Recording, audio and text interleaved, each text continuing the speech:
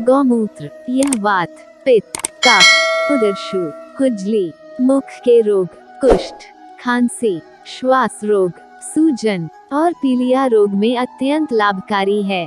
इस्तेमाल करने की विधि: 50 मिली पानी में 30 मिली गौमूत्र मिक्स करके रोजाना 2 बार सुबह खाली पेट और रात के खाने से पहले सेवन करें।